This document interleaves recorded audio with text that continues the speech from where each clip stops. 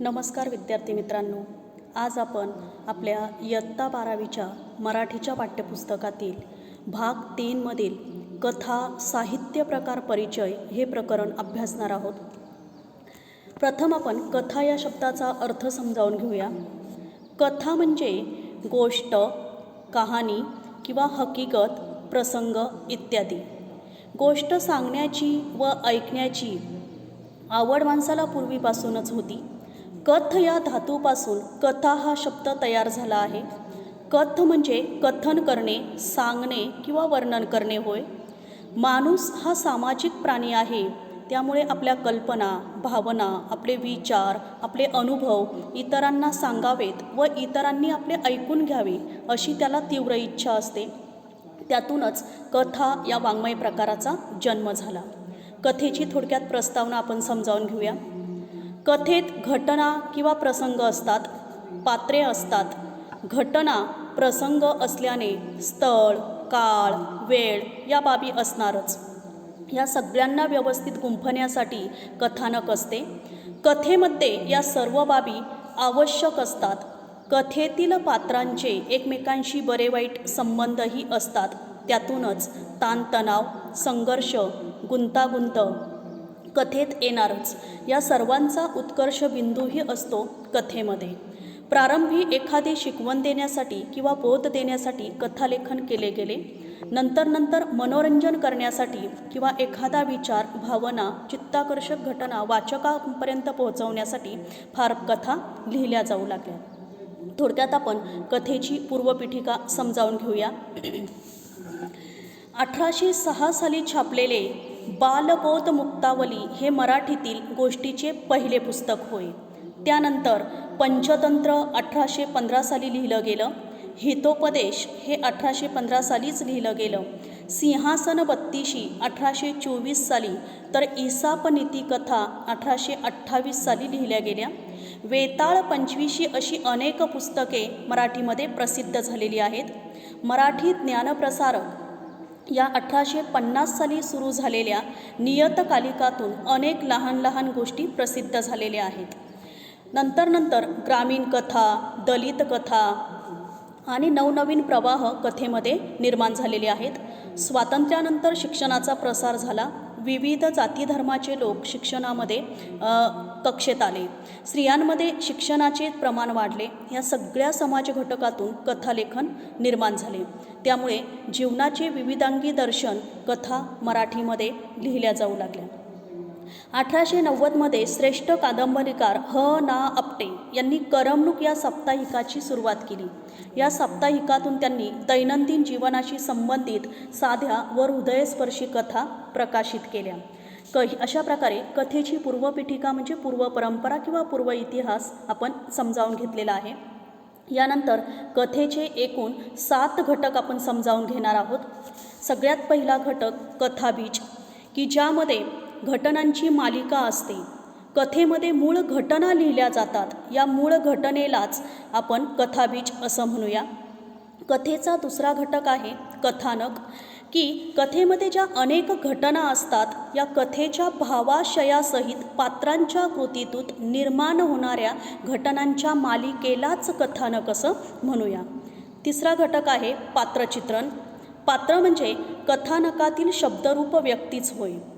व्यक्तीच्या वृत्ती, प्रवृत्ती, तिच्या भावना, विचार, कल्पना, कृती, अन्य व्यक्तींशी असलेले परस्पर संबंध यातून जे शब्दरूप चित्रण निर्माण होते त्यालाच पात्रचित्रण असं म्हणता येईल.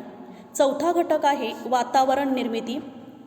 आपल्या अवतीभोवतीच्या परिसरामध्ये सामाजिक, सांस्कृतिक, राजकीय, भौगोलिक इत्यादी घटनांनी एक विशिष्ट वातावरण तयार होते, त्यालाच वातावरण निर्मिती असं म्हणूया. पुढचा घटक आहे पाचवा नाट्यमयता. कथेतील भावभावना एका क्षणाला उत्कट आणि तीव्र होतात, त्यातूनच कथा आकारास येते. सहावा घटक आहे संवाद. कथेतील संवाद हे चटपटीत, आकर्षक आणि वाचकांच्या भावविश्वाला स्पर्श करणारे असतात. परंतु कथेतील संवाद हा पाल्हाळिक नसावा, याची काळजी घेतली तर संवाद हा उत्तम पद्धतीने आपल्याला तयार करता येतो. आणि सातवा घटक आहे भाषाशैली. कथेतील पात्रांच्या तोंडची भाषा व कथेच्या उर्वरित भागातील भाषा हे कथेतील ढोबळमानाने दोन भाग पडतात. म्हणजे एक प्रमाण भाषेतून केलेली कथालेखन, तर दुसरं बोलीभाषेतून केलेलं कथालेखन. या प्रमाण भाषा आणि बोलीभाषा यांचं मिश्रण करून जे कथालेखन तयार होतं त्या पद्धतीची भाषाशैली कथालेखनामध्ये वापरली जाते. या कथा साहित्य प्रकार परिचयामध्ये आपण काही वैशिष्ट्येही समजावून घेणार आहोत. पहिलं वैशिष्ट्य आहे कथा मनोरंजन करते. बऱ्याच वेळेला आपण एखादी कथा वाचतो, त्यातून आपली करमणूक होते, वेळ चांगला जातो, चांगल्या गोष्टी आपल्याला आत्मसात करायला मिळतात, आपल्या ज्ञानात भर पडते.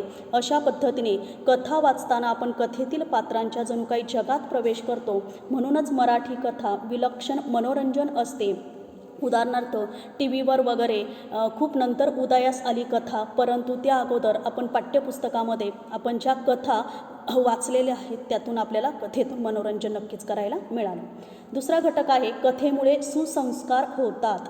मनोरंजकतेप्रमाणेच मनावर संस्कार करण्याची जबरदस्त ताकद कथेमध्ये आहे.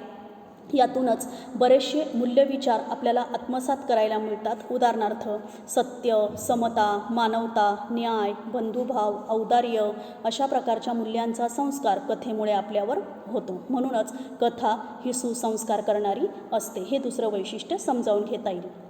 कथा वाचकांची उत्कंठा वाढवते. बऱ्याच वेळेला कथा वाचताना आता पुढे काय होणार, नेमकं लेखकाने यामध्ये काय विषय मांडलेला असेल अशी अगदी आपल्याला उत्सुकता लागून राहते. म्हणजेच कथा वाचकांची उत्कंठा वाढवते. हे तिसरं वैशिष्ट्य आपल्याला समजावून घेता येईल. कथा ही एककेंद्री असते. म्हणजेच अनुभवाचे किंवा रचनेचे एककेंद्रित्व हे कथेचे वैशिष्ट्य आहे.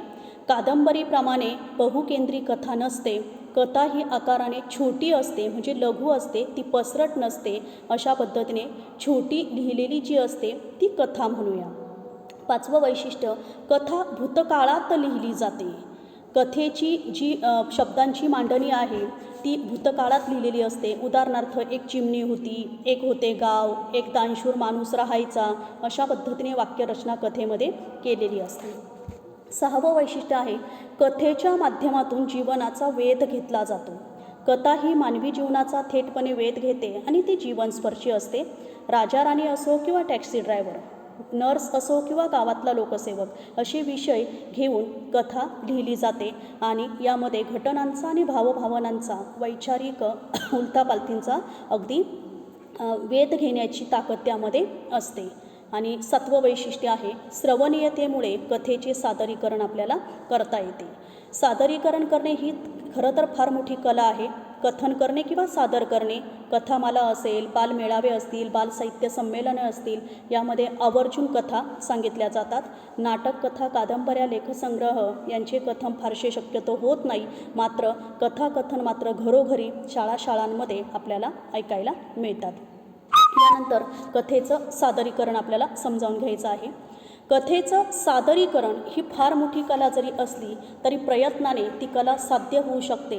विविध कथांचे मुखवाचन, प्रकट वाचन करण्याचा सराव जर आपण केला, विविध लेखकांची लेखनशैली जर आपण समजून घेतली, भाषेची जाण आपल्याला अवगत असली, शब्दोच्चार आपले स्पष्ट असले, सादरीकरणाचं कौशल्य आपल्याकडे असलं तर कथाकथनाचं तंत्र आपण सहज अवगत करू शकतो.